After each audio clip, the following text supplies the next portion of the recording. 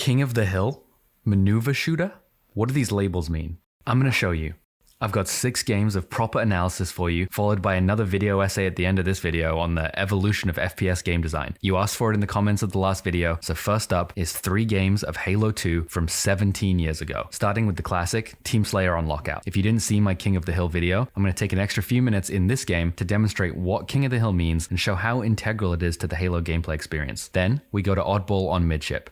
A shorter video. It's going to showcase how a good setup can let you win the game 3 versus 4 for 2 minutes straight and highlight how the meta is about power positions with exposed angles and team coordination. Lastly, we got CTF Beaver Creek. Beaver Creek is a bit of a meme map, but you have to watch this game to appreciate the casual viewer experience because you'll see that MLG's marketing efforts in 2006 were centered on making the gameplay easy to understand and growing a fan base that can appreciate what they're watching. Then, I've got 3 games for you from last weekend's Halo Infinite tournament. It's on a brand new balance patch with new maps. First up is CTF on the Pit, and you need to juxtapose the viewer experience in this game with the Beaver Creek game. It is night and day. Next is Strongholds on Livefire. Watch this game in contrast to the Midship game because both games involve one team completely dominating the other. This was the game that finally helped me understand Halo Infinite's philosophy as a maneuver shooter. And if you like Infinite and think I'm just some salty boomer who doesn't get modern games, I think you'll actually get a lot out of my analysis here as I try really hard to put the salt aside for a bit and just steelman Halo Infinite's gameplay loop. Last is CTF on Argyle, and despite my bitter depression over the decline of Halo, this was an objectively enjoyable game to watch. It's not Halo, it's not King of the Hill, but I think it is the best game of maneuver shooter that I've seen. You'll see throughout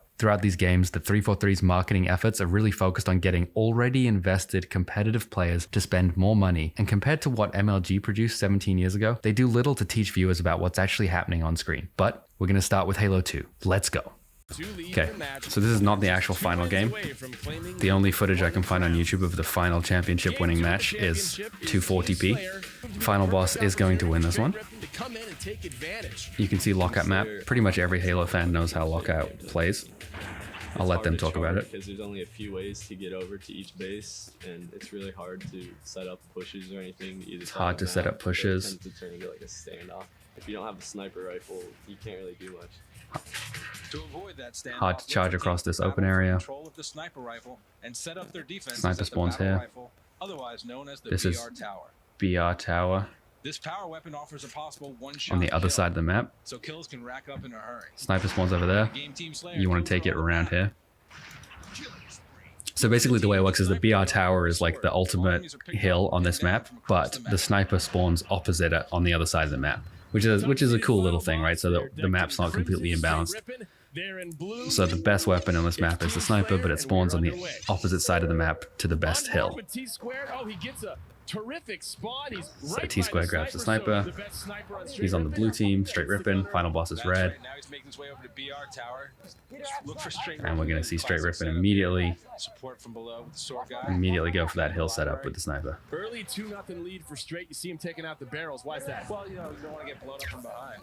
Now again, this is the classic setup. Straight ripping so far is executing it perfectly. They've got somebody in the window of the library, somebody beneath BR, somebody out on the arm, and of course in the back is T2 with that sniper rifle.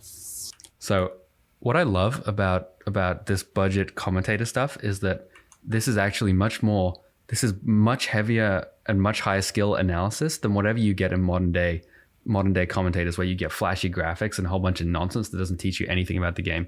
You're looking at BR tower here. You're looking at the player with the sniper from back here who has across the map shots. You're looking at Fallacy, who from sort of BR2 level, he can shoot across here into library. So library here is an area that an enemy player can come around and try and sneak up on BR tower, which is important because in MLG you don't have radar, so you can't see enemy players on the map. You have to look at them with your eyes. So Fallacy has shots across there, and he also has shots across mid, so you can do team shooting together, and also he's protecting T-Squared. T-Squared doesn't have any protection for Fallacy, but he has excellent killing shots across the map.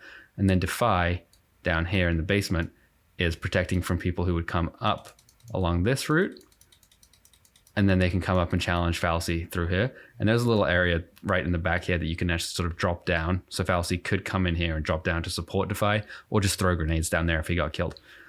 So this is a pretty cool setup. The commentator said this is a vanilla setup, and I think what I said in my last video was that on the Guardian map, I said something like, this is not a crazy setup. This is just how the game works. This is nothing This is nothing unusual. This is just how Halo plays. And I think what you can see here is the commentator saying the same thing. This is just how Halo plays. T2 with that sniper rifle. At the helm, the ideal spot for sniping on the map. And he's taking a look there for Ogre 1, but he misses him. So far, not necessarily the most accurate shots from T2.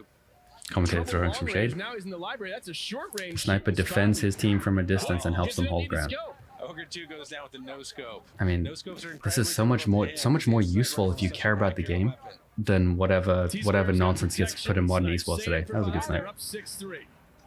Walshy, third victim. And you can see, by the way, I've been talking about straight ripping. They've got a 3 or 4 kill lead from this, which is important because what's the advantage that you get from holding the hill? It's basically 3 to 4 kills. If you can hold a hill through one setup, you get about 3 to 4 kills, and it's first to 50. So think about how many setups you're going to have to hold and how the game's going to evolve. It's a lot. It's not like one setup on a Team Slayer lockout game wins you the whole game on an equally skilled map against equally skilled opponents. Set up really well right here. Let's see if they can take advantage of it. 9-5, straight ripping with an early lead. Of course, the tide can turn if you lose that sniper rifle. Trying to protect himself. Nice 5 kill lead. And he got shot. Sniper's down. That's probably going to be a broken setup. We'll see how it plays. No sniper means Ogre 1's able to push in finally. In the pre-game interview, he said it was hard to push on this map.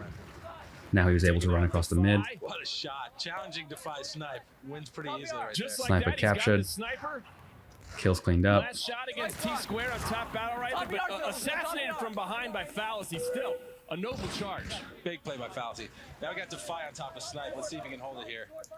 Coming across, they're trying to get that VR tower secured. Pushing across top mid is always dangerous. Every Halo player knows that. You're super exposed. Oh, he's taken out. Oh, he got the stick. As he goes down. That was gorgeous.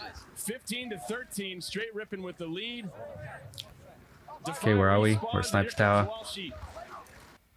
Where are our friends? We just spawned back here, right? Imagine if we defy. We look at our friends. They're over here on BR Tower. So what are we going to do? We want to be supporting them. Obviously, we've been interrupted here by Ogre 2. Now we're going to come over here and support our team from across the map. It's literally across the map support. You can see your teammates just spawned over there. So even without radar, the fact that he just watched one teammate pop in here means that is a safe zone with no enemy players near it. Which means if there's no enemy player here, whereas the other team, they're probably right behind you. And of course they are. But not that time. Back with a BXR. This is why Walshy is so dangerous. Up close and personal, he will take your face. Jumps over, beat a smack, X to cancel, right trigger to shoot. It's a very quick kill from Walshy. Walshy showing that clock rip, how that can certainly work out for the better. Now let's go on board with Ogre 2. He's called Ogre 2 because he's the younger of the Ogre twins, but he's younger only by about 3 minutes. That doesn't seem fair. Well, they seem to work it out. Challenging for bottom sniper around Lockout Tower with a friend. Why are we here? Because we want to get sniper. We're going to get map control and then kill the enemy team from there. That was actually really sick. No chance today. He's getting worked over close range. And take a look at the score. Final boss right back in it. They're never out of it. They are never out of it. You need to put them to bed early if you want a chance. They are just too good at teamwork. What I just wanted to highlight here is the angles that are being covered because it's not a full setup. But you can basically see, you just saw we had one player sort of right over here. And then we have one player here. And then we're here with a dead teammate right here. And so from here, if you just consider the angles and the support, the reason I'm talking about this stuff, right? The reason this matters is because modern Halo, modern shooters all across the board with the sprint mechanics, with the clamber mechanics, with the jumping and all of the crazy high movement speed, what they never let you do is basically just put you in. I mean, look at this map. This is basically just an open box that you're looking at with what's effectively one. This guy's dead. And we know there's a player here. With 3 players, you can basically shoot everywhere on the map except the basement that's under level here. I mean, we can shoot each other to support if either of us need pressure, and then our teammate over here can assist us, and we can assist him. This is hopefully the chess analogy is becoming clear here. Compare this to the way that modern FPS games play. All of them, the sort of crab-like Call of Duty clones.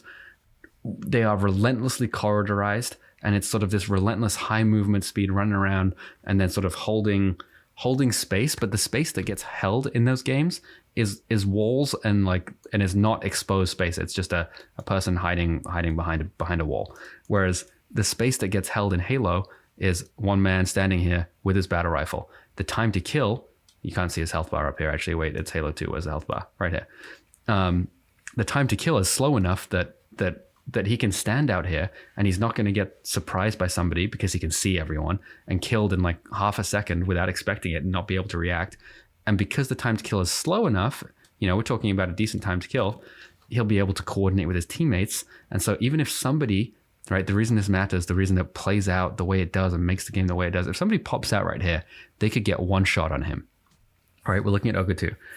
In many of the modern shooters, because of the various factors in their sandbox, a one-shot disadvantage means you have to run away at full speed with your maximum sprint mechanics and back out from every engagement. With a map and a gameplay and a sandbox design like this, being one shot down doesn't matter because you have 2 shots coming back for every one that comes at you, or rather your team can send 2 shots back for every one that comes at you. So basically you end up standing out here in the open with your big iron, holding space, holding the lines of fire that the game and the map and the weapon enables you to hold. And it all works. It works because your team is coordinating in a team-based map control fashion. Sorry for getting a little passionate there, but I think that's just like you just look at the setup and you can see it working. Now we got a sniper. Where we're going to go? BR tower. And final boss takes the lead 24-23. Hopefully you can hear them shouting callouts nonstop at each other. You might not have seen it because it was coming up from behind, but this is amazing. Watch this. Look at this. This is exactly what I'm talking about. This is it. T-squared has an opportunity to save snipe, keep it out Cross of the final boss, map but support. Ogre 1 saves Ogre 2. This is from Ogre 1's standpoint. Across the map. Looking after little bro. This is teamwork. From hundreds of feet away. With battle rifle, with a medium range weapon. Do you see? T-squared standpoint. He was so close. The commentators love calling out that it's Ogre 2, but it's not just Ogre 2. Look at this line of fire. It's both of the players that I was just talking about. 2 players shooting back to 1 with a mid-range weapon at long distance. This weapon is very hard to hit shots for, right? Like if we look at how many shots that were put into this character, what do we got? We got 1, yeah, 1. Doesn't shoot his friend. Doesn't shoot his friend. Doesn't shoot his twin. 2. This is from Ogre 1's standpoint. 3. Across the map. Looking after little bro. This is teamwork. From hundreds of feet. Boom. And you can't see it because it's such low res, but the other guy was shooting too. Yeah, sorry. The other guy was shooting too. That's exactly why Halo is a 3-dimensional king of the hill chess-like game. And then back to the fucking taking people's faces off with the sniper. All right, it's still a FPS. Oh, get out of here. This is something you just don't But again, see all the this time. setup is not winning you the game. You got to do a whole bunch of these setups back to back to back. Looking across the map now. We're looking at the other team, but he's standing in the same place with the sniper Another kill there, killing spree. that T-squared was, because this is where you stand. It makes a lot of sense. By Ogre 2. Makes a lot of sense. Boom. The game, the map, the sandbox, it forces you to play this way just intuitively. This is where you take the sniper. You have cover, Should've just stayed down right there. and yet you have lines of fire. And the lines of fire are all going to be in. Two shots at him, he's down. You saw I'm just going to, I know, in case people don't understand why this matters. If you look at the area of the map that his sniper reticule covers while he's standing in this spot, he can see everyone who could shoot him. That's why the game and the sandbox and the map makes you want to stand here with the sniper, because you have lanes of fire across the whole map in a straight line. But the zooming in function of the sniper that usually exposes you to being shot from a side angle, right? In the last video, we talked about how the sniper on narrows could be pushed from the side, and we watched Neighbor get pushed and he had no idea. He never even saw the person shooting him. On Lockout, if you're standing here and your teammate is covering the push from the library, which would be coming down here from the left, you can't be shot by anyone who you can't see. And if you can see them with a sniper, you're going to win that fight. So that's why you want to stand here. That's why the map pushes you here. See you later, Fallacy. Should have just stayed down right there. And then again, it's Fonzie one more time. You can't be shot from the side. Snipe. You're covered. 2 shots at him, he's down. You saw T-squared set up early on the BR tower. Now final ball. And so here it is, right? There's the sniper player. Here's someone down here. Oh, and then this is a little different, actually. I think the commentator's going to talk about it. Boss has control. Final Boss has a slightly different approach here. You can see how they're set, but I think they could go on a run. It's slightly different, but it's really not different. It's not that different. So here's our sniper with a long range cross map. Here's our BR1 basement level 1 coverage, who can cover people coming down here and shoot them there. This guy covers across the map, and he could also fall back in and cover here. This is a pretty risky spot, actually. I think ideally you don't stand here too much. You probably just want to float around this area as much as possible. And look at this map, basically. Look at this setup and ask yourself a question. Who can shoot our sniper back here, Ogre 2? Literally nobody. The only people who can shoot him are the people we were just looking at, and they're going to get sniped in the face. So in order to challenge, this is what Ogre 2 was talking about on Lockout before, in the interview before the game, you basically need to find a way to get through this guy and this guy. That's how you win them. That's how you break a setup. How are you going to get through those guys? You have to push them. You got to contest them. You need to get out there in the open, expose yourself, find an angle that won't expose you to the sniper somehow. Look at that angle. That's a great angle. Not exposed to sniper down here. That's actually an excellent example. That's a wonderful example. Fallacy is being incredibly aggressive right here. Look at straight ripping now, only down 4. Sniper has not had a single line of shot in this guy. And Fallacy somehow there he is, finally. By the time the sniper saw this guy, they were 3 feet away from each other. And the sniper is not very good at 3 feet away when the other guy has a shotgun too. So we got a killing spree. We broke that control. Unfortunately, the sniper has no bullets now, but now we're back in the setup on our side, on straight ripping side. And straight ripping goes into the lead, all thanks to this guy. I'll tell you, a lot of people that was a great play. That was him on his own right there. Fallacy grew up in Palo Alto, and they're going to show it. Who we saw as the hero of our earlier game. Not exposed. These guys have the opportunity to really change the tide. Fallacy right here. Took out 1, took out 2, and then the sniper rifle here was the close range fight. So he found an angle, he found a play in, he brought the skill, and they broke the setup. Defy was the hero of the earlier match we saw with Carbon. Let's go on board with him, tied up at 33. Blue team now has got a battle rifle tower, BR tower control. Just laying around, including the sword. This is a bit of a stalemate. We'll see who can break it. Close game. Remember earlier on, he wasn't faring too well. You hear someone say Saiyan's coming up. Here's that angle that is not exposed to the sniper that Saiyan's trying to come up as well. The Fallacy just came up. Final boss with a 2. Now only a 1 point. Now a quick tie. Ooh. It's 37-36. He tried to sword his friend there. In control of the sword. Okay, 12 kills to win. 13 kills to win. This is sort of the standoff we heard Ogre 2 talking about earlier on. Oh, commentators are so good. Gotta wait for the sniper rifle to respawn before they can really make a push. Oh, very good. Nice piece of the sword right there. 40-38. This has a chance to get double kill with the sword. Why is the sword so good? Because it protects the way that you want to push sniper BR tower is by getting in close, and the sword protects that. Let's see what Walshy does with it. Unfortunately, it didn't work out because Walshy is very good close range. 42-42. They're making a move. They're taking back the tower here. This was a huge play by Walshy. The fact that he was able to come over and save his teammate and take the sword. Look at the angles. Look at the team.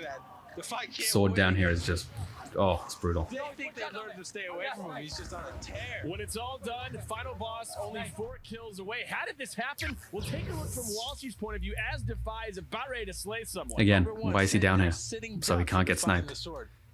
Ogre 1 bends down here, lets Walshy put a few shots in him. Actually, I think the sniper's down, but you get the idea. Covered from angles. That is a huge clutch. They don't have BR control. They're down here contesting it. It's the first team to 50, and both teams are absolutely 3 kills to win. Scrappy game. Game states to generate a little bit. Couple kills win it. He's chucking a lot of grenades in there. This is not how you saw any of the gameplay play out before. Who is that? This is like a regular unranked team slayer. Chasing. Who cares about holding positions? Just get 2 kills and you win.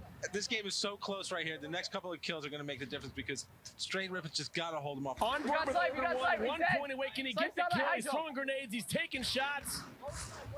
No! Ogre 1 dropped down. Cross map, battle rifle, battle. Still 49-47. A respawn. And then boom. And watch the replay on this one. That was a one-shot kill because the guy was low. Why was the guy low? Because he was being shot by someone else. What were the angles on that? Let's take a look. Final boss's way, they lead 5 games to 2. You see right here, T2's got enough to worry about. He's got. So the angles were Ogre 2 spawned all the way over there. Or maybe over 1, I don't know which of them. And basically on the bottom of the elbow from Lockout, we just had 2 lines of fire. Again, this guy's shooting from the other side of the map and coordinated to get that kill, which I just have to keep calling out because you don't see it in so many games these days. One shot from across the map. Thank you, commentators, again. The reason I like to call out the commentators is because back in these days, oh, here we go, look at this. Boom, boom. Look at that. It's fucking beautiful. It's perfect. The reason it looks like fucking chess. And the reason I love hyping up these commentators is because I think if you just listen to them, they objectively kind of suck as like hype men.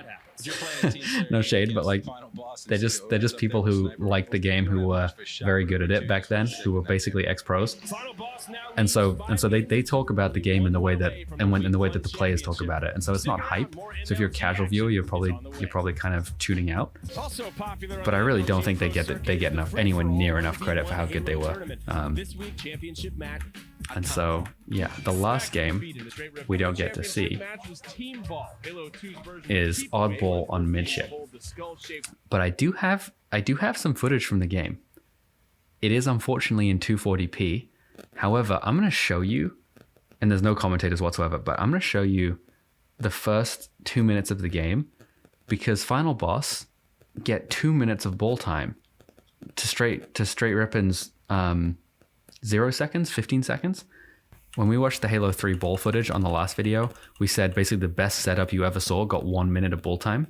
Well, you're going to watch a Halo 2 final boss make a whole 2 minutes of ball time in the grand finals for, it's not $100,000 back then, it was somewhat less money, but for a good chunk of money. I'm just going to watch the first 2 minutes of this game because it's an absolute slaughter fest. Oh, it's a bit loud, I'm going to turn it down. There's no commentators.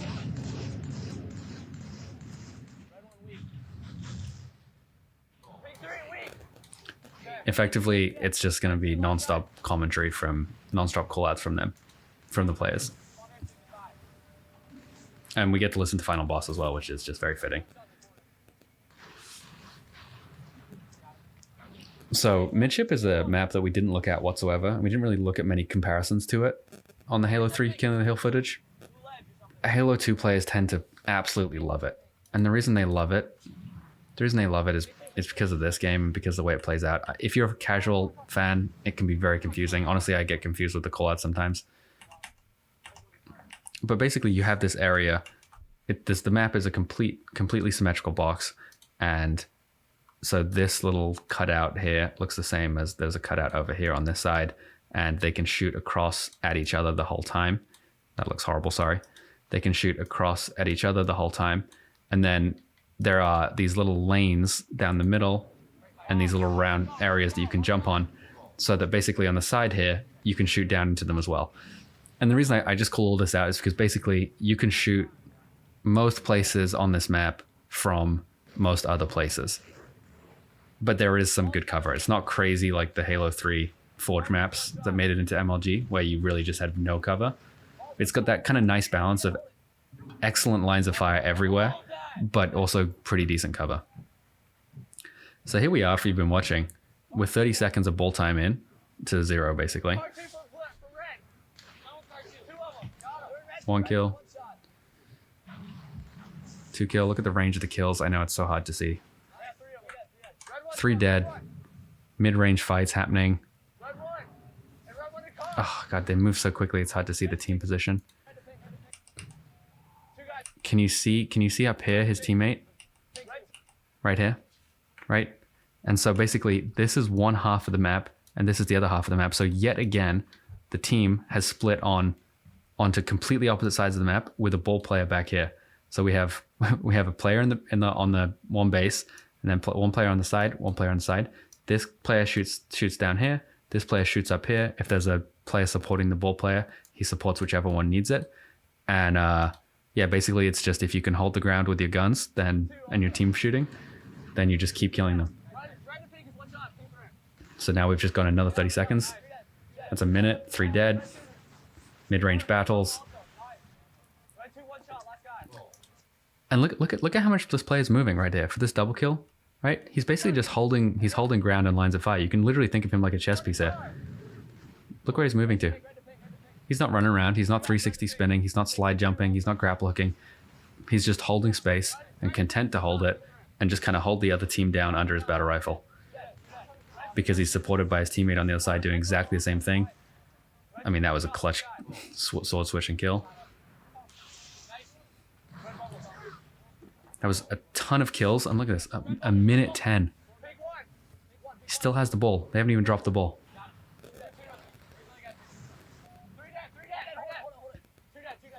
What's crazy, the reason it's so impressive is because the guy with the ball can't shoot. So to rack up this much time is effectively means you're 3v4ing the enemy team for a lot of the game.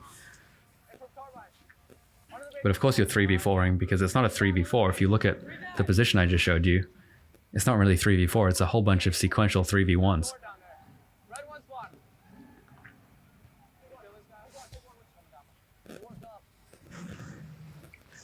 Okay, we're nearly done. Okay, we're shouting at the other team. Good sportsmanship. I am still a fan. Minute 30. Look for the teammates. Look at the angles. Look at the lines of fire. I feel so bad every time I pause it because you can count the pixels. Right there, I think you can start to see the other positions. Right, other side of the map. Top mid. And this guy was bottom base. Top mid, either side. Right here, right? Top of the base, pink 3, pink 2, able to shoot down here and down here. There's one teammate behind here to the left. Again, it's not like some crazy setup. It's just this is where you go stand if you want to shoot people. And if you want to have good team coverage and good lines of fire. 145, 147, 150.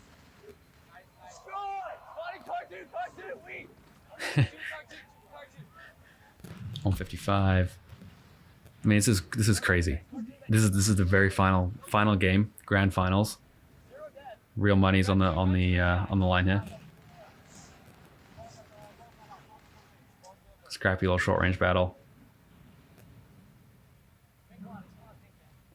And we're now 2 minutes to 15 seconds. 2 minute ball time lead on the final stage. This is what I was looking for. Kills. All right, there's like 12 pixels. There's more kills on this scoreboard than pixels, but that's 23 kills for Saiyan, who had the ball all of the time. 40 kills for Ogre 2, 33 for Walshy, and 43 kills for Ogre 1.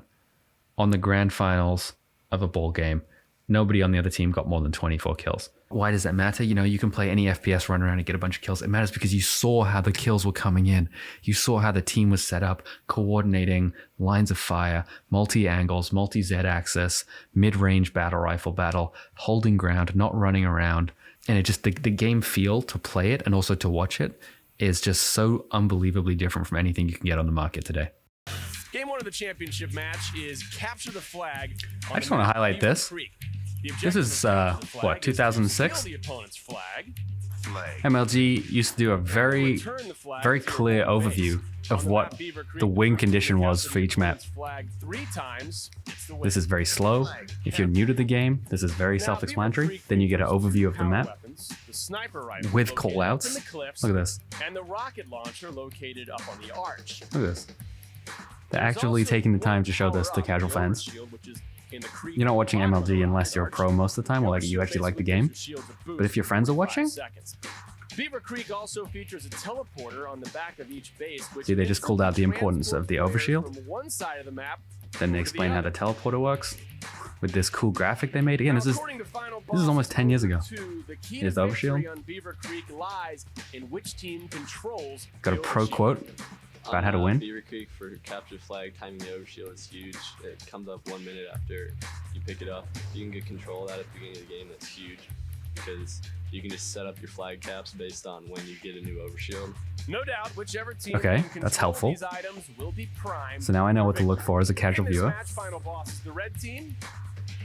Team Carbon, well, they're decked in blue. All right. We start in red base on board with Ogre 1. There's his And then there we brother go. jumped on his Now I head. know what to What's look that for. Ogre 2 is That was now out of the helpful. base. He's going through the portal. He's going to get 2006 they did the that. fastest way to get across the map and get set up. Red base. Just like that, Highlighted Ogre here. 1 helps pick off Shockwave, and bam, he's at the rocket up. Team killing all 4. Shows you where the current All 4 POV is Carbon on the members map. down right there. Right here. Fireballs now Current has players the right here. opportunity. For the next 10 seconds, no shots as they respawn. Power weapons, overshield. They're going to make a great run right here. This is Final Boss setting up the way they always seem to do. Ogre 1 on top with the rockets and a beautiful Calling out the setup. player Same positioning. lane defense. Ogre Look 1 at these with players. rockets, while she's got the snipe, and Ogre 2 Look how they're of course, spread on out blue all over the base. map. They're set up right here to make a run at the flag because they've got all the power weapons. They've got the overshield. Everyone's out in the Carbon's gonna open. have to come up big here to stop them. They killed the other team and they got their setup. Beaver Creek is a huge map. First you get the kills, then you get the setup. I'm not actually a big fan of this Absolutely. map, With the portals, you never know. You can get across very quickly. but I think this game is awesome to show what the viewer experience used to be like, Shot rather than another rocket, saving his and how ammo. relatively easy this is to follow for a casual viewer. Started taking some fire from Needler. Explanations. So forced to drop down now off of the rocket. Final Boss running their setup very well right here. Waiting for Look how he's just hanging around up here. They're waiting so they have a man. or Again, two back to man King of the Hill advantage. Run philosophy. at the flag. Final Boss, very calculating in a lot of these games, and you see Ogre 1 drop down, headed into the blue base. Final Okay. Boss uses meticulous setup because they Let's know see how they've this got flag their capture setup works. working. They cannot See if it's a toll like what we watched before the game starts. And there you Let's see highlight where the player is. Has been taken now. Can they get it back to the red base? Well, Look at this. Ogre 1 looking for a convoy here. Okay, they're gonna run it out. He's got a lead blocker here. We're at red Walsh team, is gonna clear the way coming out the for front of blue base. Now we're in the middle of the map. He's leaving it for Walshy to pick up here because the Ogre is a far better Handed slayer. off the He can flag clear a once. Much better path than Walshy can. As you can see, just took out Shockwave. And let's get on board now with Walshy. Okay, Walshy has flag now. It's first handoff. And Ogre 1's plowing the road. Exactly. Walshy's the objective master. Ogre 1's the slayer. This is the way you want to have it set up here. And if Walshy goes down, we've always got enough to see right here. Walshy does go down. Here's the backup guy, which we saw in the last video.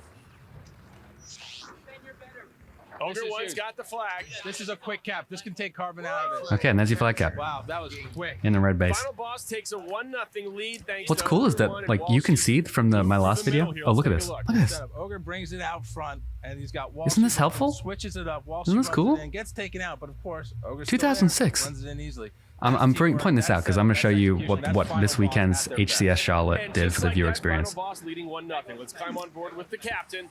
Also, I just think this is very cool to see how many elements of this gameplay are still in Halo 3 4 years later. Ooh, okay, picked up Overshield. And he's being double teamed right now, but it doesn't matter. What did Ogre 2 say? What was his quote? You want to use the Overshield? Two of them down now. Now he can get up here. He's gonna head There's the towards Overshield. sniper. There's 2 kills. Walshy paving the way for his teammates, allowing them to set up, gonna try and get this sniper rifle. Saying heading to the top. Now of the watch base right what there. this They're gonna setup make is. another Look run how it at the works. flag right here. I think this Thanks to is that so overshield. cool, and the commentators explain it to the viewer. Cool snipes, cool snipes. Yeah, headshots are cool, right? But watch how Halo gets played. Okay, so this is the blue base. You know this is the blue base. Okay, one guy has the flag. Just throws it out. Okay, that's one handoff. Ogre 2 now has the flag. Now we're back on red base. That's second handoff. Caps flag in less than 10 seconds. 3 players touch the flag, and then they explain it. Look at this. Covering fire in the We middle of the explain it. map to knowing where his teammate is, knowing he's tossing the flag up, going and receiving it on his own base and scoring. I just, Great play, great it's execution of that such a strategy great by viewer Walshy right experience. The score is 2-0 now, Final Boss. What I love about that flag cap on that map is that because the player speed is slow, you have to use your team more. Carbon's gonna need something If you big here could because, they gotta sprint, get jump, back into 360 grapple hook, He's got the you wouldn't flag. need to do all those He's handoffs. headed for front door. But the handoffs mean that you need the better setup because you need to pull more players in. Right now, Gandhi's trying to get their attention back to And pulling more returning that players flag. in means other If he can get players them into can't that do base, as much you know, slaying. Get his teammates into position, they can have a chance of making a run if they get a man or 2 man. Okay, Wheeler in red base, blue POV. Gandhi's showing some patience here. Oh, nice BXR there. Gandhi has a killing spree. That's Commentators 5 in a row. explaining. Let's climb on board with Karma now. Racing to the overshield. Even the BXR is Sees like Ogre slow 1 enough now, to actually faces follow. down, and Carbon has the overshield for the first time. Puts There's 2 overshield. shots on sand. Let's see what they're gonna do with it. Turns and Ogre 2 kills said it helped you get Ogre 2. flag. All right, so they're all down here right now. Karma's got to take advantage of this overshield. You got to put it to work. Strong Commentators side's going pointing into out the again base. how important Let's see this if they is. can get set up here. The overshield is to get the flag. Get some shots put into him. Now Karma waiting for the flag to come out. Strong side, headed in to get the flag. Kills See one if he player can in red toss it base. out to his Here it teammate. comes. Here it comes. There's the flag get touched out. First handoff. Takes the teleporter. Around the back. We're a blue base now. Goes around the side. Throws it up. That's second handoff. 3 players out of 4 all involved in this flag capture. And there's your quick cap from the other team. So you know what just happened. And it happened slow enough that you can follow all of it. And the commentators, and this guy's not wearing fucking shoes, Gandhi. This guy's on the couch. Look, and then they explain it for you. There's a teleporter. Before he gets killed, Gandhi. Gandhi brings it in. Nice score. That's a team. And this whole thing is not possible if the other team isn't dead, which you'll see in a second. Because there's so many people involved in babysitting the flag, you need to have the other team dead, which means first you use your setup to kill the other team. Map control leads to kills, and then you use that. You bring your people out of the setup. Ooh, strong side. That was sick, battle rifle. Then you bring all the team in, bring them out of the setup to make the objective play happen. Oh, strong side. I'm sorry, Walshy. I love you. Strong side finding the perfect time to use that plasma grenade. Okay, where are we? We're looking at strong side, blue player, here we go. Strong red base. Dropping down into the base. He's got the red So we know what happened. This first guy. Let's cut to Ogre 1. He's the only guy in final boss alive. And then look at this. This is why you need to kill people before you pull flag. Shockwave on his way to a cap. Oh my god, no. Ogre 1, no.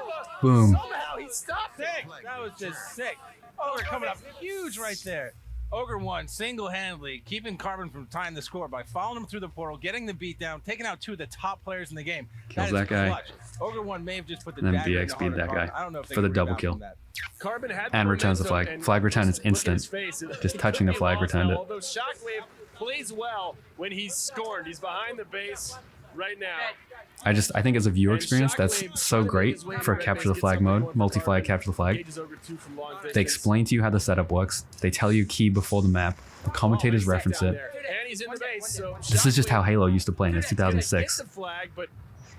2006, like I call that out as in terms of, you know, production capabilities. Nobody out there, but he's just trying to get, you know, the attention around the flag, trying to get his team set up. They need a cap right here. Okay, so commentators telling you that he doesn't have any friends. To be around the base right now. Well, they got to get that flag. They need a cap. With one more cap, and they're out of it. So, you know, final boss is focusing on the flag. And, you know, maybe he can get them, you know, into an advantage because you get a Okay, commentators telling you this flag cap doesn't really matter.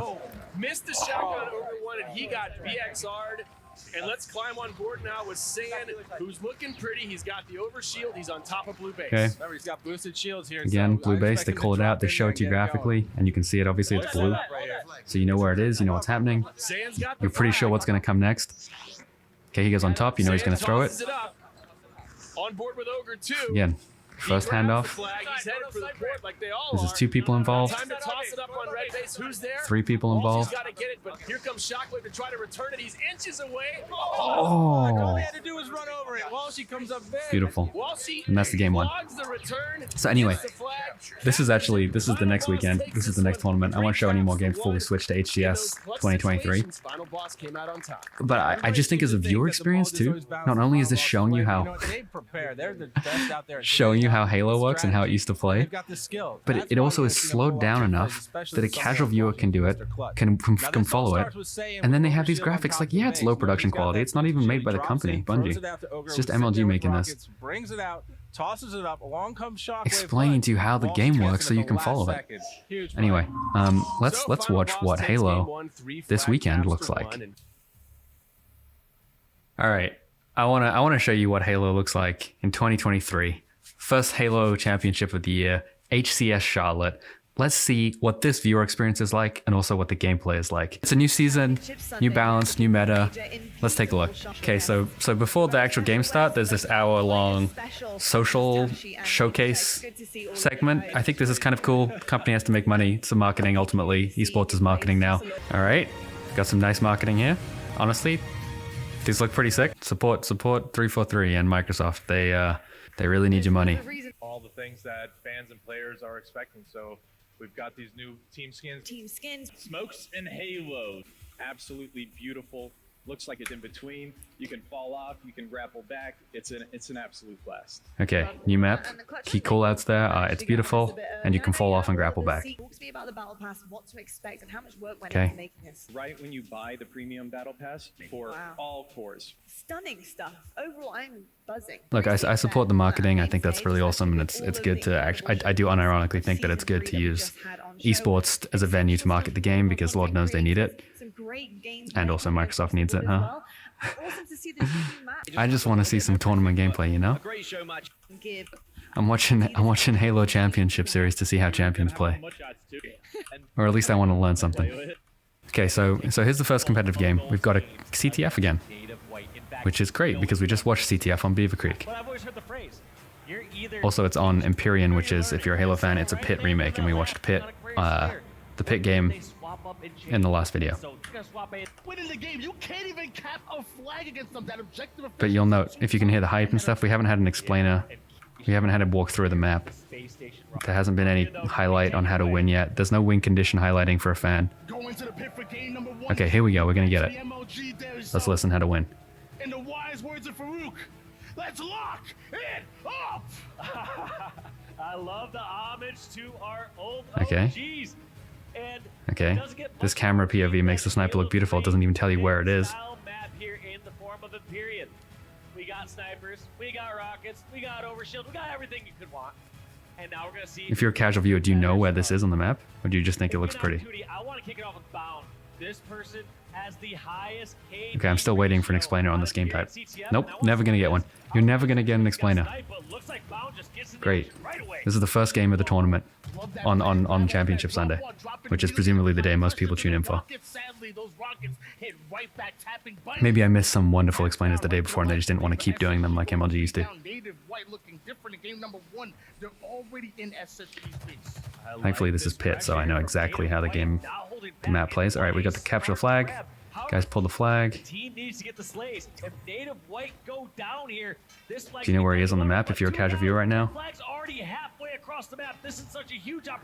He's running it. How many handoffs have we had? 0? Okay. Alright, great. Let's the game start. 100% efficacy on flag grabs the caps. When you look at the kills, Commentators just making jokes and being really hype.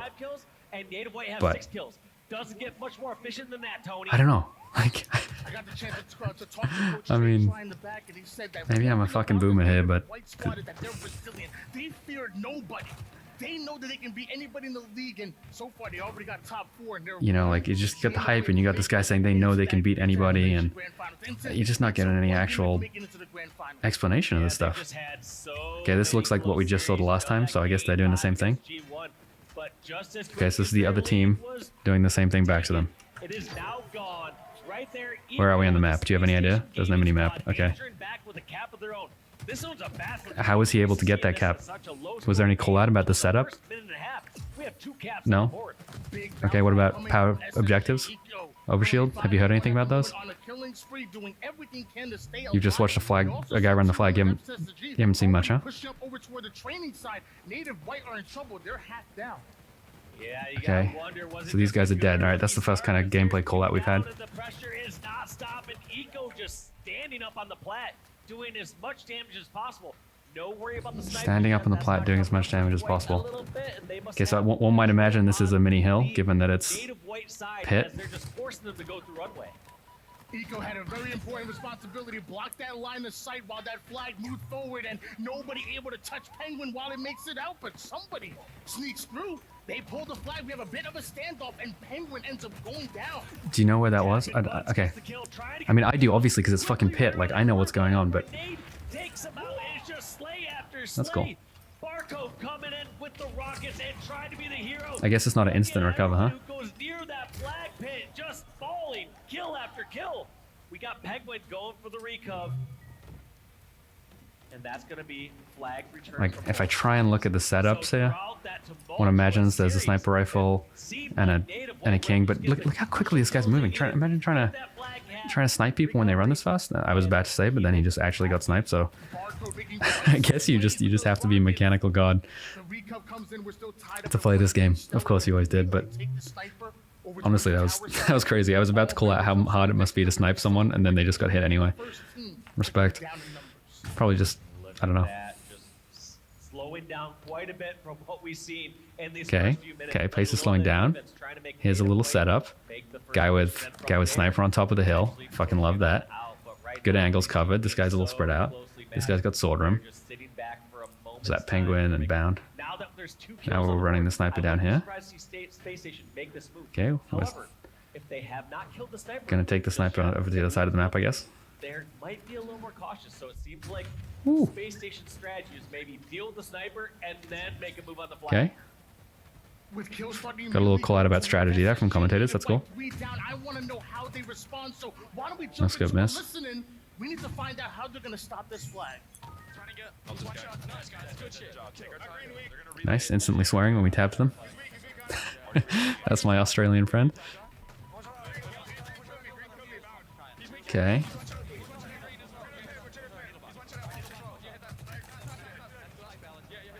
I like how the commentators had to switch to the players to find out how they were going to stop it, because otherwise it was not going to be clear to anyone. Okay, now we're at sword room.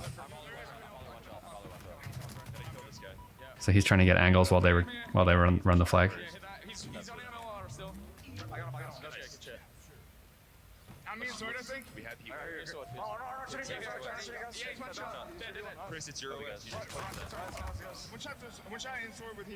I don't understand how that guy died. Okay, so it looks like that fighting's over the overshield. Okay, we can intuit that. I assume there was a timer that players were tracking. Where's the timer? Do I see it? Is there a timer? Here. 650.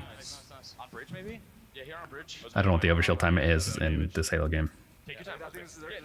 But that means that's that objective, and this must be why there was some fighting over here. That's cool.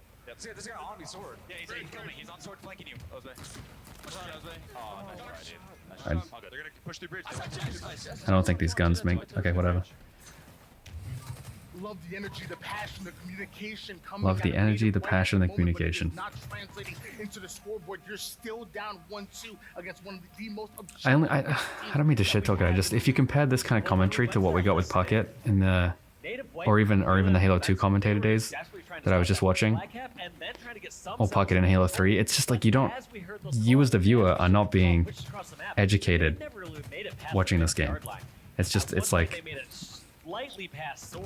how did he know that guy was behind there? Like he was shooting at the outline, right? But shouldn't he have not been able to see that outline?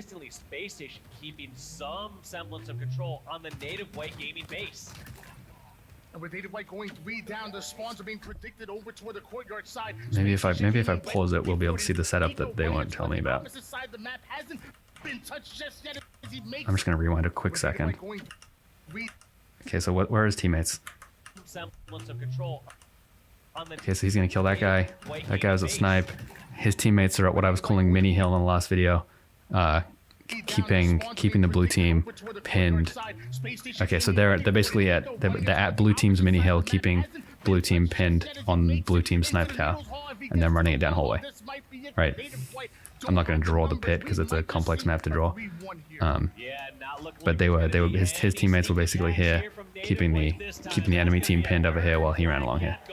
That's cool. Going uncontested, he says.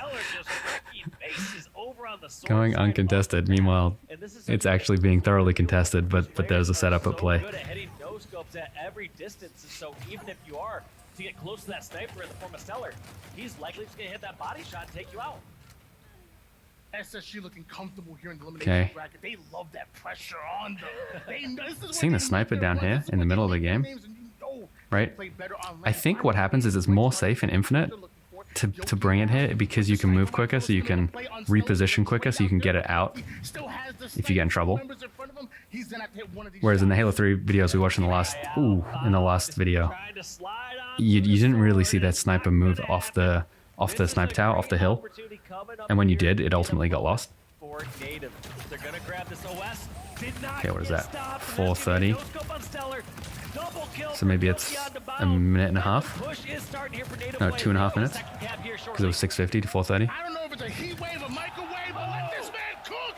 An overkill! Now gonna go for the kill check! Almost able to get it. Stellar shuts him down. But Gilkey. So much focus on hype. That weapon, a double-edged sword. No, it was sick. I agree, but very low focus on what that does to the setup, the map control of the game. If they're getting an overkill I mean, look, at the end of the day, between this video and my last video, my basic, like, the core thrust of all of my critiques of the modern Halo experience, and the reason I don't think it's Halo, is that the combination of weapon balancing, movement speed, abilities, everything that's put in the game basically devalues setups and map control, and so it makes it more like COD: running, sprinting, slide sprinting, 360 grapple, whatever. And so people tend not to do handoffs on flags as much. You know, objective control is less integral, or maybe it's a little less involved. Yeah, so all my critiques are ultimately in that vein. Thankfully, we're watching an awesome map, so I think some of those critiques are lessened, the map design element of it. Although I think there's some jumps that I've seen people do that you can do on this version of the pit, or like that, right? That level of movement speed. Like he just crossed one half the other in the pit. You didn't used to be able to do that, right? And that does change the way the game plays, and it lowers the value, I think, of map control. That's my pitch anyway. The other thing I'll say is that all these games, I think these factors somehow do all come together to make the games like take longer than they should. You know? So during that time where Eco was staying alive, look at how far across the map Stellar is. Look at where Bound has charged. Presumably one of these teams is better than the other. It was a 2-on-3 in the native white base. Given that this team was in the finals last year, and this team is just played through open brackets. Not to shit talk them, I'm sure they're awesome. But if native white wins this, I'm gonna be shocked. Doesn't always pay off. Barcode ends up going down, takes down Eco. How do I even see the score? This is game score. Where's flag caps? Oh, here, 3-1. The spawners are now coming in. Penguin pushing over toward the we should have an overshield soon, right? Great reposition there from Penguin. Oh, I guess they already got it. That as long as he's alive, top tower sniper. I think that guy had overshield. Not going to be able to move comfortably. They have to deal with Penguin before they can really move this. Otherwise, body shot like that's going to happen to Barcode, and that flag cap opportunity is going to be shot down. Shot through the heart, and they were too late. And you're to blame. Darling, you give Halo a bad name. They need to throw caution to the wind. Ay. They need to start getting these off pulls. It looks like Penguin's aware of it. He's just guarding this flag, and now to the point where he's sitting. I don't mean shit talk you commentator. That was whoever you are. That was a great reference. But there's 2 down for Space Station. Bound and Stellar, the last 2 defenders. That's gonna be Stellar going down. Bound gonna successfully get another kill. And so okay, so it'll just resolve to kill, so the blue team isn't gonna pull it. But they're not able to translate that into a capture. It's been a long time since I played CTF Pit myself, MLG mode. But my intuition is that a better team can win the game. They're forcing spawns over in courtyard or towards the So I mean, maybe I'm just not giving blue team credit, and maybe the game being this slow is fine. But it really seems like it's going to go to time. And on the last video, I think that was a real factor, because just trying to get footage for it, every goddamn game was 10 minutes long. And I think if you watch both the Halo 2 and the Halo 3 footage, you'll see that a better team can get a setup and just crush the other team, and the game ends. And I don't know. I'm not going to watch 7 hours of Halo. Well, I actually probably am, of Halo Infinite footage from this weekend, but if every game is like this, then it's going to be like the last video too, where it takes a lot out of me just to go through all the footage, because they're all 10-minute games. Anyway, the reason I wanted to highlight this is because I saw that it was going to be on a map that I knew, that I liked, and it was going to be CTF mode, and it was the first competitive game of the day, and I knew, well, I'd already seen it, that they weren't ever going to explain how the game worked, how to play the game, how to get better at the game. There wasn't going to be graphics showing you what was happening. No minimap, no map overview, like just the viewer experience. I wanted to juxtapose this, the first game of the day, with the Beaver Creek game from Halo 2, because there's what, 2006 to 2023. It's almost, what was that, 13 years? Nearly a decade and a half of production quality difference. And I think the viewer experience was better in 2006. Also, I think the game was better. Let me tell you, that's crazy.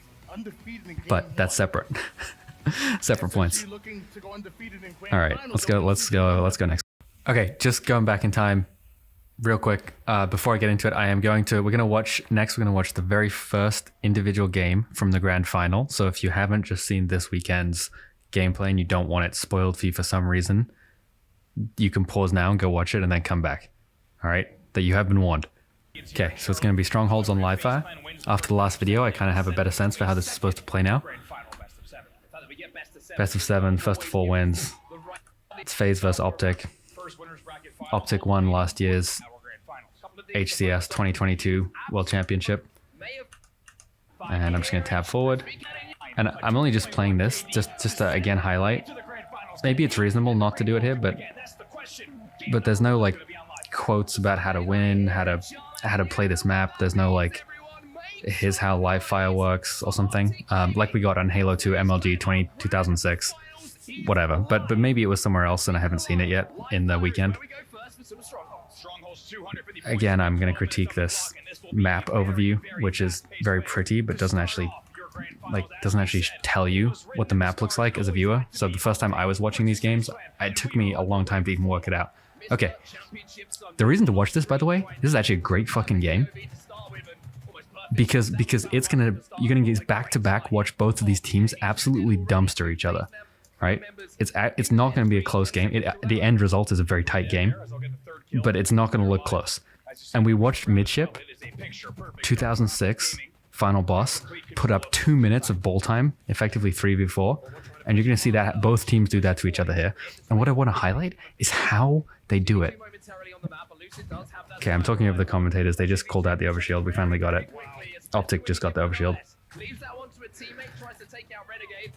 Did call out some objectives, so shout out this commentator for calling that out at least. Now, oh wait. I guess before I go on my rant, let's wait till Optic starts getting the points. Okay. So we didn't get an explainer for this map, but basically you need to hold these bases to rack up time. Optic's gonna rack up almost 2 minutes straight here.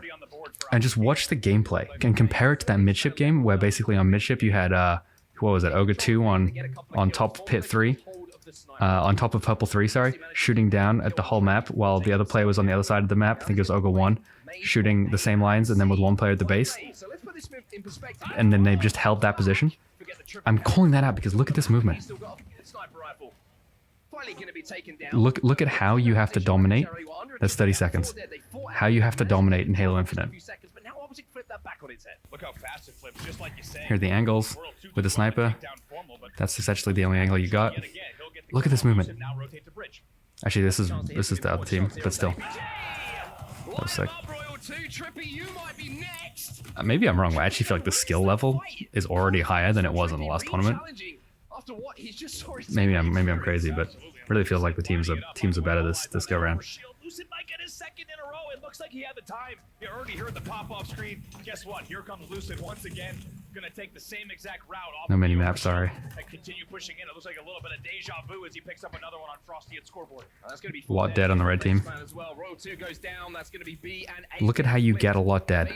Look at the movement necessary. Okay, that was a 2v1 created by running across the map in 2 seconds. And I know I critiqued it in the last game, okay? Cool, in the last video, so we can watch my critique from the last video.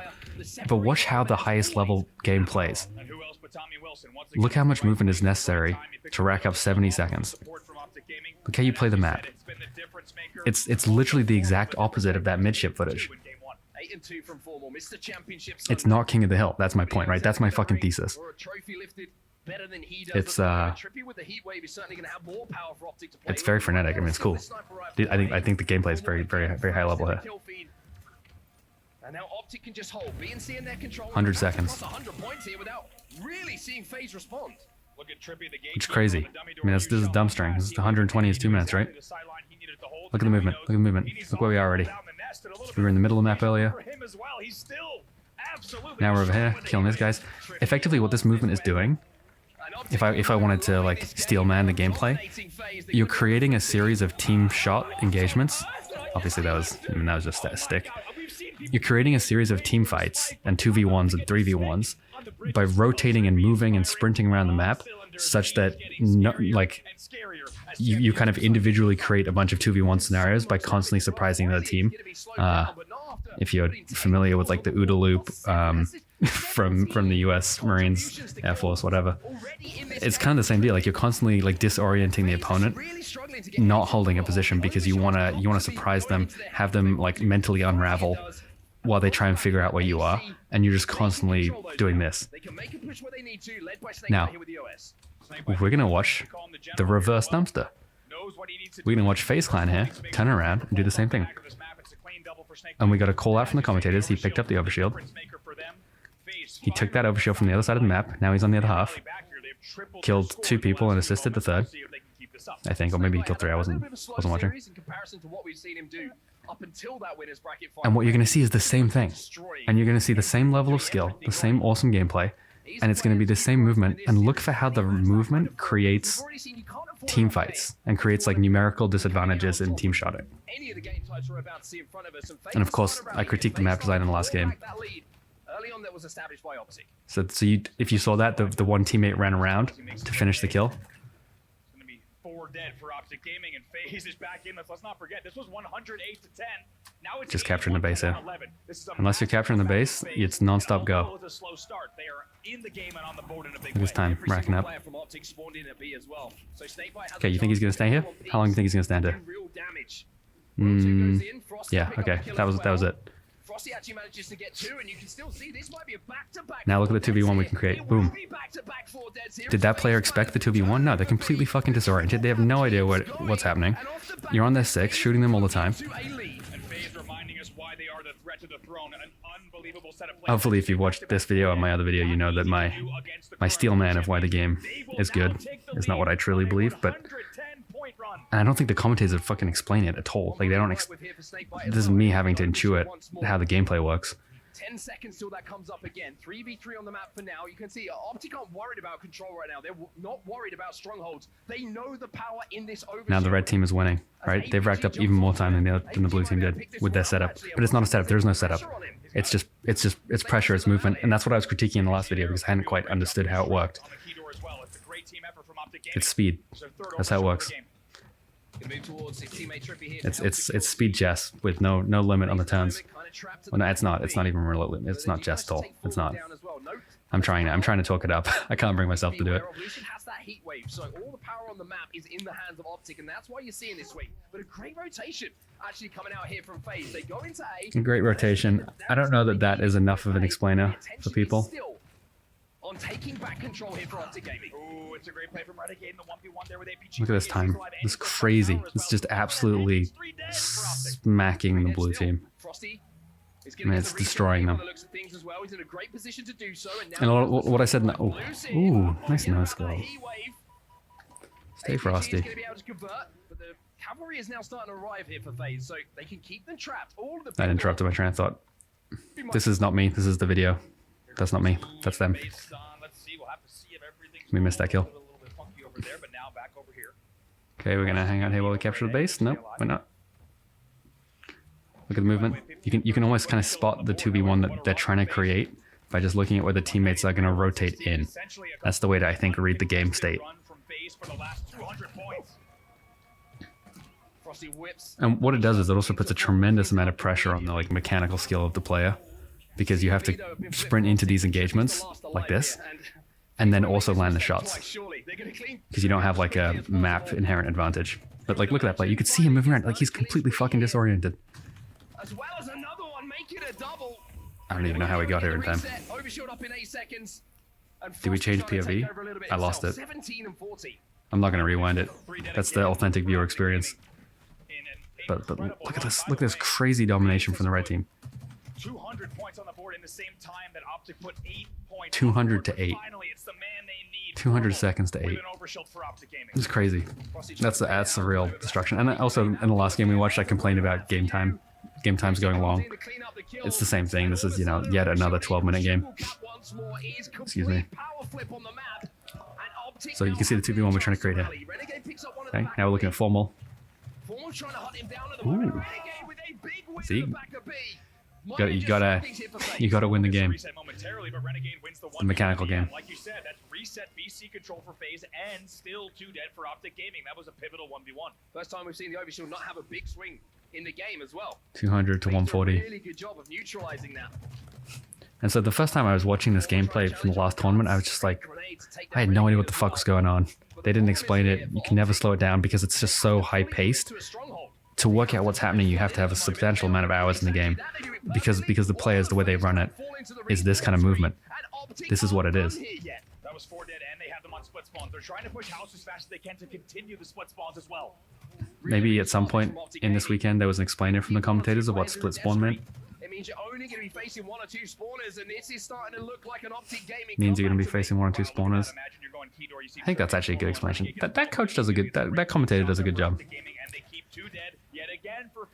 Sorry, I don't know your names, guys. FaZe can't get on the map at the moment. Renegade falls off of the map after Formal finishes him off with So blue team's had a bit of a comeback here, and we've been following their points of view, and it's been everything. It's been the way to win. The way to win, basically.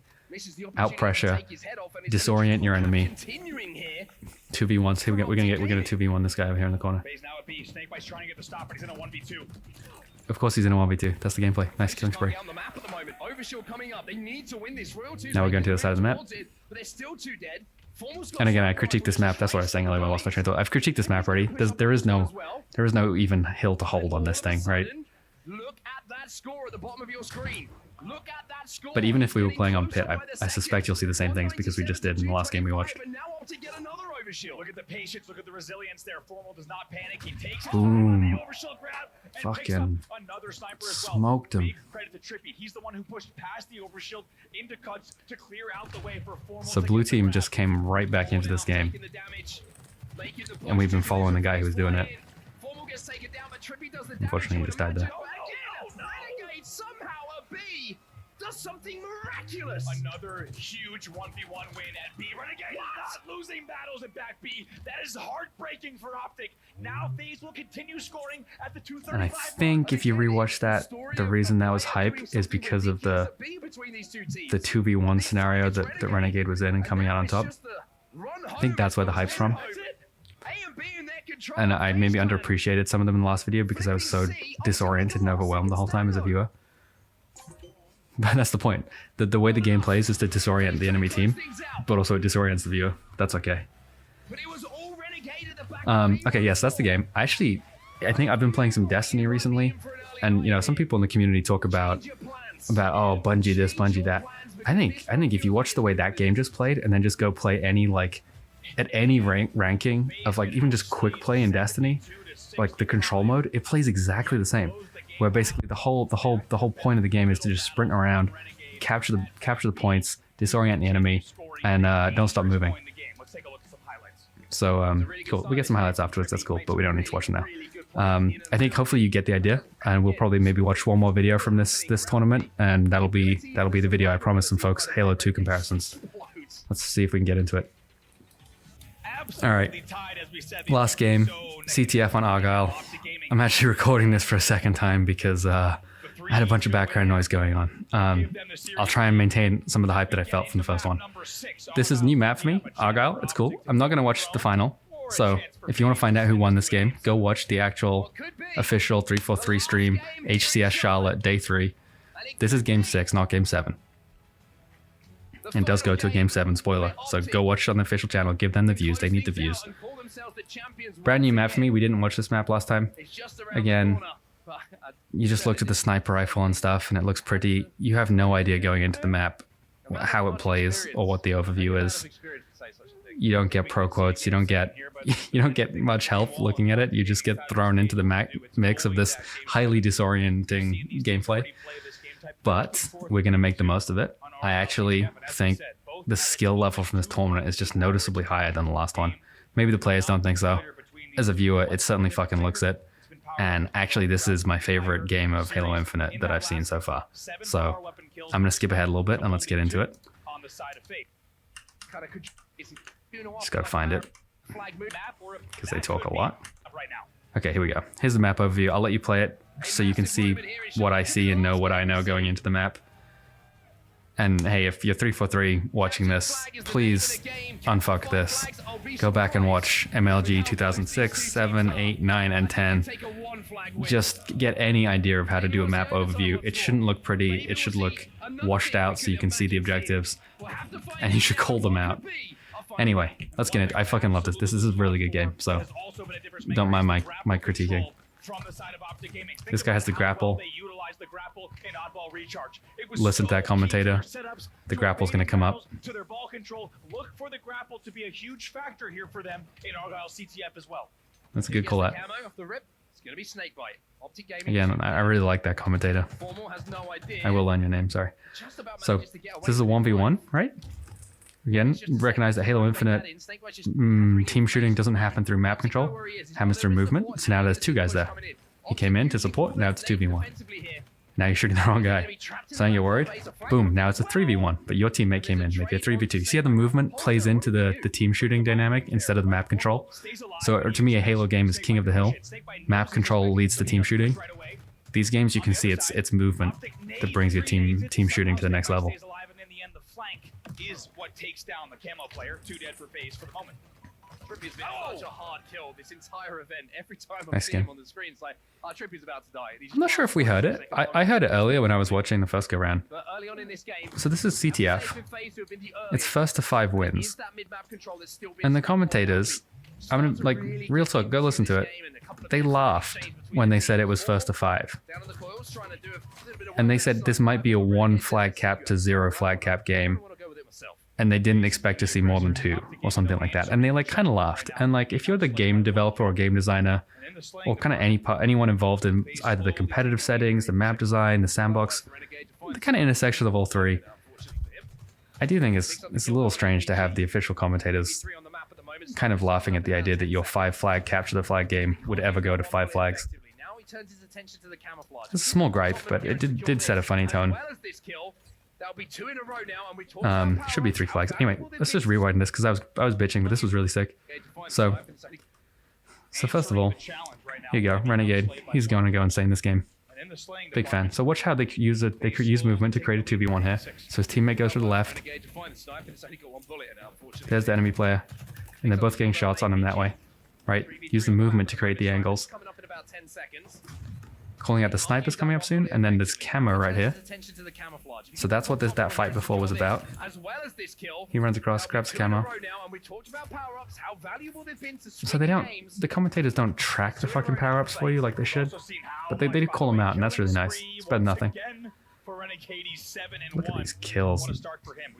This guy, just keep an eye on this guy this game. He really goes off. He made me a fan. Revealed himself there and didn't get a kill. Unfortunately, he didn't give out that. So camo wasn't really used much there, unfortunately. Every single day of the week. If you can delete that camo play without taking too much damage, then you're in a pretty good position. But off the back of Renegade falling, the rest of FaZe kind of done a pretty good job of just putting Optic on the back foot once more, picking up a few kills to trap them in the back. I gotta say, plenty of great range battle rifle battles. You know, we didn't really get to see them last video on that Catalyst map that I fucking hated. You get some really good VR duels. And it's great communication and coordination from the Optic Gaming side to capitalize. So yeah, look, just make it 3 flags. Like that. After 3 minutes of play, Oh my fucking god. Shoulder peeking my ass. I don't care who you are, and this Lucy guy's insane at this game, by the way. He made me a fan of his last tournament. Look at this gameplay. Look at this. Look at this. If you're whoever is in charge of the Halo Sandbox game design, the fact that that is the optimal way to play for like literally the best player in the league literally gives me an aneurysm. I'm not kidding, by the way. I had a migraine all day today, probably from watching that. I'm just kidding. I'm kidding. All right. Just trying to hold down some angles at the moment is, again, just a perfect indication of... Hold down some angles, yeah. How long do you think he's going to do that for? 2v2 split across the map. Not that long, of course not. It's Halo Infinite. Footstep audio above him, so he knows there's a player in the vicinity. Okay. By the way, we're 4 minutes into this game, and we haven't had a flag cap, so the commentators weren't wrong to laugh. 12 minutes, a third of the way in. This is the first flagpole.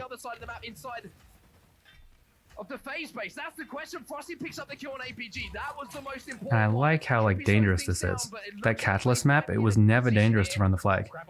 Here it is. You can feel that it genuinely is.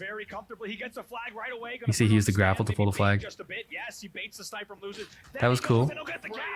Absolutely brilliant. It's going to come up much better in the future, but see how you could use the grapple to pull the flag. It is cool. It's simultaneously it's cool and a visual spectacle. The downside, I think, is that it means you don't have to be as close to your team, and that does change sort of it makes some of the handoffs spectacular and more cinematic, especially the one you're going to see later. But there's less of that Beaver Creek teamwork where you really have to come together, and because you have to come together so closely in the Beaver Creek flag handoffs, it means you really need good map control or good slaying of the other team at least, because otherwise you're going to get an Ogre 1 styling on you. Flashback to that clip. See these two guys standing next to each other? I'm going to try not to bitch about that too much. Watch the last video for that. You know what they're doing. They're just trying to create 2v1s by movement. That's why they're doing it. Just stays in the court to shut down that run. APG was your only runner candidate, and he's taken down. Again, two players shooting along the same Z-axis on the same lines. Doesn't connect though. Again, just the shoulder peeking so good from Optic Gaming, and that's something that's been a real feature of their play. They don't want to give information, and if they do, they're going to make you work for it. Work around your shots so that they can hit theirs. Halfway through the game now, just about the 6-minute mark. FaZe Clan outslaying 30-26, but much halfway through a 5-flag game, we have 1 flag cap. 13-6, by the way. 6 minutes left. Now we saw a little bit earlier when FaZe that was a 2v1. They were more than happy just to win 1-0. There you go. Double kill, that's nice. Hold that map and make you really like this guy. Backing themselves to hold the map. Yes, 15 to fucking 6. Be able to really progress and do any kind of damage. I'm interested to see if they're going to continue with that theory or if they're going to try and mix things up a little bit. How does he stay See alive? these two players? He's alive. He gets his shields back as well. This is wild. He's 15-6, more than double the kills of 3 players on Optic Gaming. 16-6 now. Unbelievable plays, peeking and shooting. And I kind of get why they're hyped. They're hyped because it was like this little 2v1 scenario that he didn't die in, and then his friend came to support him, and then they got a kill out of it. And the way that this game plays, that is actually kind of the way that you win. And then he's gonna this guy right here, that was Royal too. So he's not doing as well as Renegade, but he doesn't take the flag. Instead, they make the guy who's popping off and getting all the kills run the flag. Maybe that's the right way to do it, because otherwise there'd be some sort of speed difference or something. It is different though, right? From what we're used to seeing, where there's like a flag guy in Halo 3 and Halo 2. You know, Ogre 1 just chucks the flag to Walshy and says, "Here, you fucking hold this," and then goes to kill the others. Nonetheless, what it allows Renegade to do here is have such an insane play, because look at what he's done in this life. He got, what, was it a double kill or a triple kill for that flag? Then ran the flag. Now he's got sniper. Tags that guy in the body. Friend finishes. And then fucking takes that face. Like, what a great life. To make 17-6. 18. It's like, that was a sick play. Just like his whole life there. They get the sniper out of his hands as Optic look to overextend on the engine side. Now, did you notice we just switched team? If you know what you're doing, you did. But this tiny little blue arrow and the color of this box are the only way for a casual viewer to know that you switched team point of view. And I do think that's just like production quality. The goddamn UI is so like beautifully minimalist. Blends into the background. But that's the problem. It just blends into the background. Compared to the Halo 2 MLG one from earlier in this video, where you get like a big block of red when you're watching red in the middle.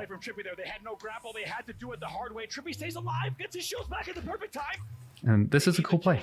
Again, not like Catalyst. Like, look at how this has to be played to get this, try and get this flag cap in, or not. See how it works. Waits just a few seconds. So look at the red players. They're coming in. He does damage. Multiple reds rushing in. 2 players in the back. He's trying to get this to the base. Trying to force this one home. There's a grenade. It's gonna go in. Look at that snipe. He says no. He stops it on the goal line. And the toss. And then top right here. As well. What is happening? Frosty with the goal line stand. That's wild. Let's see if Snakebite can get this re here. Flag is going to be Really clutch play from that Renegade player. He tosses now to the flag stand. 2 dead for face. Might be enough though. Might just be enough for the flag to be returned here for Watching Optic, blue now. especially with that snipe from Lucid. And they It's got the flag. a one-flag game now between these So yeah, I'm more two. critiquing some of the production quality here just because it's hard to fucking work out what's happening. This is the 3rd or 4th time now I've watched this game. And I actually think this is a really good game. Like, I hope you're enjoying it. They're certainly starting to go. Maybe you can't because I'm complaining about it. Lucid's hitting some shots. There's another one of them. And that's another player in the death screen now for Nice. phase 2 dead at the moment. Lucid wraps back to pick We're up 10 minutes in. 2 minutes to go. Flood's going to be coming up as well. 15 seconds until we see that pop. Trippy needs to stay alive. 2-1 red in favor of 2 red. dead for face. They have all the ingredients here. They're trapped. Look at this. This is sick. Watch this. Watch this. Ooh, does he get the flag? Grabs the flag with the grapple from all the way over there. That's what I'm talking about. Like, It's a huge it's grapple fucking from sick. Lucid. And it's not over. Watch this. Kidding me, Lucid? Are you kidding Grapples me? up there. Now he goes into the vent. Frosty here. Now he sees Frosty here. Frosty in front of him. 2v1 against Frosty. Trippy should have stayed alive there. Frosty fucking wins it. No, it's a complete breakdown. It's a complete breakdown from Optic Gaming. What a fucking clutch play. That like 30-second clip. I don't know what. Really sick. Commentators like, Running the flag. That's all I can say. yeah, I agree, man. Optic Gaming has to push here. I cannot. The grapple was cool, but you see what I mean? Where like the grapple's flag steal like meant that you were able to threaten running the flag without actually really having full map control. However, then it didn't work out because they didn't have the other team slayed. Frosty really came in and cleaned it up. This is unbelievable. Trippy now trying to run this flag back. Okay, so now blue team is trying to run this flag. They need to cap it. 1 minute left. Drops flag to try and clean these up. If he wins this kill, they're good, maybe. But he doesn't. Renegade is good enough to make sure he locates the most important kill on the map, and that was Trippy. Flag is going to be returned here for FaZe. Big stick from Renegade as well to take down the sniper player on the side of Optic Gaming. FaZe 2 dead, but time is against Optic right now. 38 seconds for FaZe to hold. Now you can hear the commentators kind of realize there's probably not going to be a flag cap. That's probably going to be the end of the game. What looked like a guaranteed cap is stopped at the last second by FaZe Clan. 24 seconds left on the clock. Trades are good enough, Yeah. but he doesn't. So anyway, it's not going to happen. Spoiler. Really good game, and like I said, I hope I was able to be hype watching this for the 4th time. Sorry, I had to re-record it. It really is, I think, kind of the height of Halo Infinite that I've seen so far. And that's, on the one hand, that's why it's a great game, because it doesn't have the King of the Hill stuff that I love. So like you can go through and you can see the multiple players standing next to each other on the same Z-axis. It doesn't look like Halo 2 or 3. It's not King of the Hill, and so my heart says it's not Halo. However, what it is pretty cool. Like that was, I enjoyed watching that game in and of itself. It was good. Like that was, and the commentators were good. Like they brought good energy.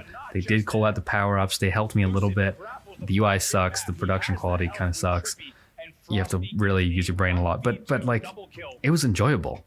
And then the counter gripe to that is that you can watch Call of Duty, you can play Destiny, you can get that same kind of gameplay experience a lot of other places. So it does make me sad that you can't get the kind of chess-like Halo gameplay. Instead, we get this convergent evolution crab-like gameplay that I talked about a lot in the last video. I came back to this point. I actually think it's a really good one. And I think I'm going to use it to label this whole phenomenon. And I realize most people probably won't know what I'm talking about, and they won't be familiar with it. So allow me to read you a long quote from Colonel John Boyd. So let me use my hands here like a pilot does. I'm going to be making an attack on him. So someone's making an attack on you in the rear. What you want is the ability to bend that airplane, shove him out in front, get in behind him, and then hose the son of a bitch down. Or contrary-wise, if I'm the one making an attack now, guess what? I don't want to be in the same position. Well, what does that suggest? that if both guys know that, they're going to pull the crap out of the airplane under certain circumstances, right? So hold on to that thought. So if you just pull, turn tight. Well, if you turn really tight, Christ, literally you spiral yourself into the ground. You can't do that. Pilot's not going to do that. So that's why he wants to pick and choose engagement opportunities. He wants to get in, get out, get in, and get out. Why does he want to do that? Because it's not just one-to-one air combat up here. It's what the pilots like to say, many upon many. In other words, if you're working over one guy, somebody else is going to come in and blindside you. So you want to spend as little time with a guy as possible. Hey, you need to get in, gun him, and get the hell out. Because otherwise, you get tunnel vision, blindsided, you become a statistic at that point. If you knew there was nobody else there, nope, you don't. So you've got to be very careful.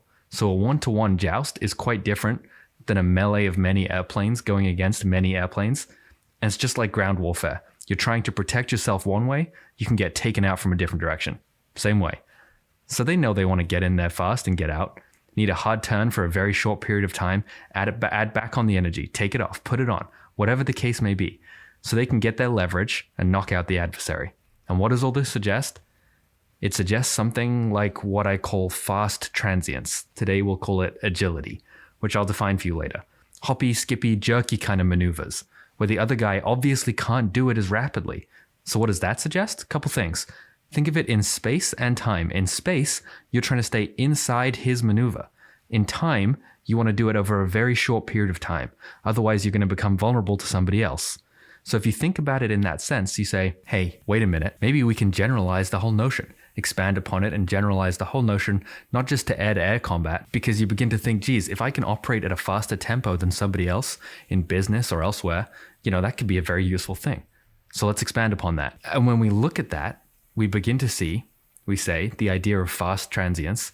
I guess in order to win, we should operate at a faster tempo or rhythm in a very general sense over our adversary, or pinning it down, better yet, get inside what I call the observation, orientation, decision, action, time cycle or loop.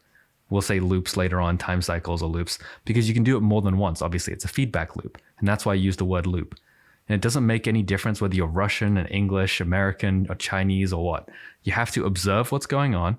Then you have to, as a result of that, look at the world. You generate images, views, and impressions in your mind. That's what you call orientation. Then as a result of those images, views, and impressions, you're going to have to make a selection. You're going to do or not do whatever you're going to do. That's a decision. And then you have to implement or actually take the action. So you're going to observe the consequences of that action. Plus you're dragging then all the peripheral information in all the time and roll back through the whole loop all over again. And so as you know, we call it OODA, OODA loop, observe, orient, decide, act. It's easier just to say right now. Otherwise we have to say all those terms over and over again. And it's all human, Human beings, they orient, they decide, they act. Human trait. It makes no difference if you're back in the 15th century up to the 21st century. Side note, or you're playing fucking Halo. We do that thing. But note what it says. We want to be able to do it quicker than an adversary. In other words, we want to get inside his loop, not him inside ours. Why? Very simple. If we can do that, in a sense, we get at the point, we become unpredictable to him. We become ambiguous, hence unpredictable. We generate confusion and disorder in our adversary. And why is that the case? Because he's going to be generating mental images or impressions that don't match up to that continually, unfolding environment. They don't match up. In other words, we're deliberately trying to generate a mismatch between that which he observes and what's really going on out there. He can't keep up because it generates confusion. Because as he tries to get to that mental event, we shift to a new event, new event, new event. So as soon as he falls back further and further and gets more and more out of tune with his environment, what's going to happen? Have you ever been in a situation sometimes where you're just overloaded with something and you can't keep up? What does that do to you? We've all experienced something before, right? Yeah, it frustrates you, exactly. Not only does it frustrate you, but if your life's at stake, you start coming unglued. And that's exactly what you want to do. You want to pull that guy apart. And then later on in the same talk, separately, here's a separate quote expanding again on the point. So if you pull all those together, what's your payoff? You're deliberately trying to generate a disorientation in his mind, a mismatch between that which he anticipates and that which he must react to survive. A mismatch. Now, if you think about that, you can redefine surprise. Surprise is nothing more than a disorientation. You can get it either from ambiguity, deception, or any combination of things. It may take a long period of time, but generally it's a disorientation generated by perceiving an extreme change. It doesn't mean that it happened over a short period of time, but you perceived it all of a sudden. And all of a sudden you say, my God, what happened? It may have been working itself out for a while, or it could just be a factor of speed. So surprise is nothing more than a form of disorientation. And likewise, shock, except in this case, shock is just so awesome. It's so paralyzing. Christ, you don't know what to do. You go into a state of shock. I look at shock as nothing more than hard surprise. You can look at surprise as soft shock. They're both different forms of disorientation. And disruption, the state of being split apart, broken up, torn asunder, coming unglued, all of these things, you're trying to realize this kind of an aim. But now we've done something interesting here. Since we've defined surprise and shock as a form of disorientation, why not just remove them from the board and just look at disorientation? When you begin to examine it, you can also say, look, surprise and shock can just be represented as an overload beyond one's immediate ability to respond or adapt. In other words, they can't respond or adapt because of that sense of surprise or shock or both. So what you really want to do is put the adversary in an overload condition so that they can't respond. That's what you're trying to do. Disorient the guy, disrupt the guy, overload him. And so maneuver warfare is just not a bunch of guys going down the highway at high speed. That's what I'm trying to tell you. It's not just a bunch of guys going down the highway at high speed. It's about movement. And after that long little read, maybe I'll try and cut some of it up to shorten it, maybe not. I think it really has helped me understand what it is that makes these crab-like games. Sorry, I'm rubbing my hands here. It has helped me understand what it is that makes these crab-like games, the Call of Duties, the Destinies, and now the modern Halo games the way they are. And I think to steal from the Marines and from the US military, I think the right way to describe the game, if old Halo is about King of the Hill, I think new Halo is a maneuver shooter. I think that's what it is. And if you look at this highest level gameplay, right, look at the way the players are maneuvering to generate surprising mismatches, surprising team fights, surprising 2v1s, continually trying to overwhelm the opposition with new and unexpected and disorientating inputs. I think you have to kind of see the similarities here and say, yeah, look, this is not about King of the Hill. It's not about holding an open space. It's about maneuver in the same way that, and you can go pull the Wikipedia page up for maneuver warfare, which also has some good reading quotes. I'll read you a quick one. Maneuver warfare. The term tactical maneuver is used by maneuver warfare theorists to refer to movement by forces to gain an advantageous position relative to the enemy. The idea of using rapid movement to keep an enemy off balance is as old as war itself. However, advanced technologies such as the development of cavalry and mechanized vehicles, they don't talk about the grapple on this Wikipedia page, but they really should. Maybe thruster pack and clamber as well, has led to an increased interest in the concepts of maneuver warfare and its role on modern battlefields. And I think if you go through the Wikipedia page on maneuver warfare, read Boyd's talk, the transcript, I'll put it in the description. I think modern Halo games are best described as maneuver shooters. That's my pitch. That's my new thesis. I'm kind of coming back to this after having gone through this video quite a few times now and trying to pin down what it is that makes these games, which I'm starting to enjoy watching. They just still don't feel like Halo. In fact, the more I enjoy them, the more I see how different it is. And I'm going to pin it down on that. I think I'm going to say, I think these are maneuver shooter games.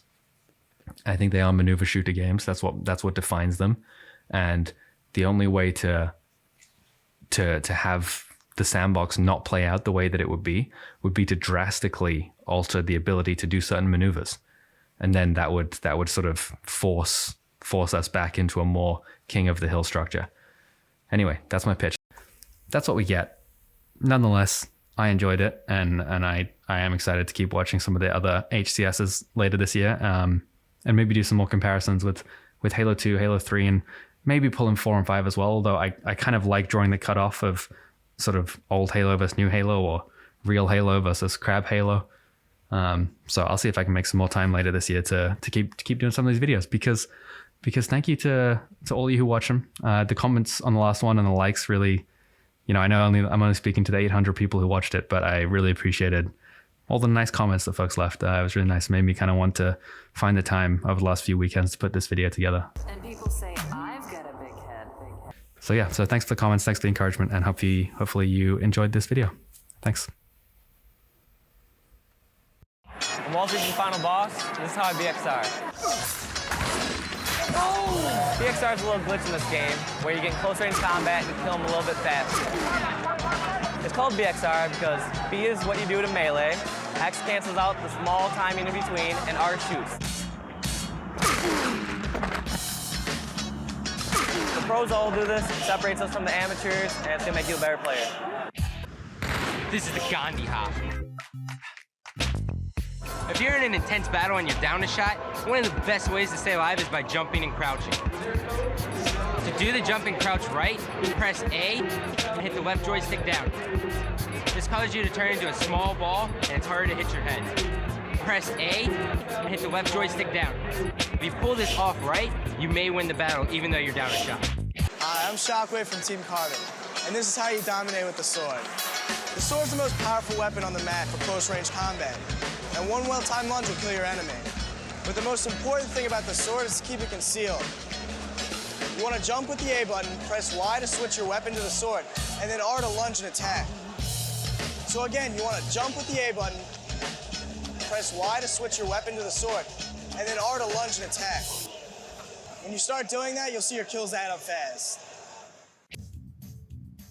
There you go. My cousins are gonna love this. I know. They're huge Optic fans. We are here with Lucid, and we are here to ask some burning questions. Have you been outside since Halo Infinite launched? Like, have you seen the sun or touched the grass? It's very rare. I am a very fair-skinned man. Hey, same.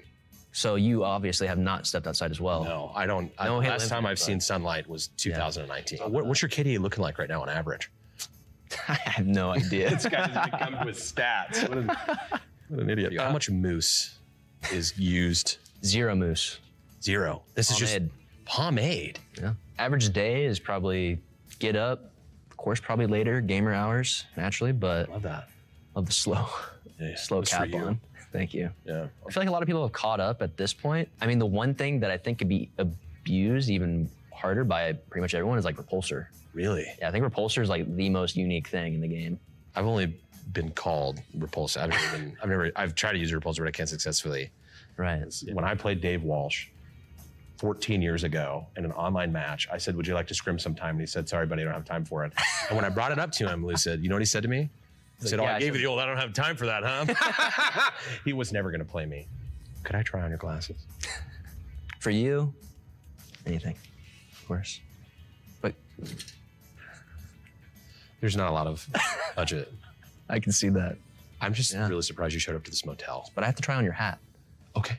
You have to hand that to me. It's kind of wet, like on the top. Is that okay? On the top? Yeah. Well, then I'll keep it really loose. I like that. Oh my gosh. You look like a DJ from the 90s. What do I look like? Do I look good? You look like a, okay, that look is it's a very particular one that, I don't know if you need to be showing off around here, but there you go. I love that. As well as the hat. Thank you for trying my hat. Of course. Regret, regret, regret.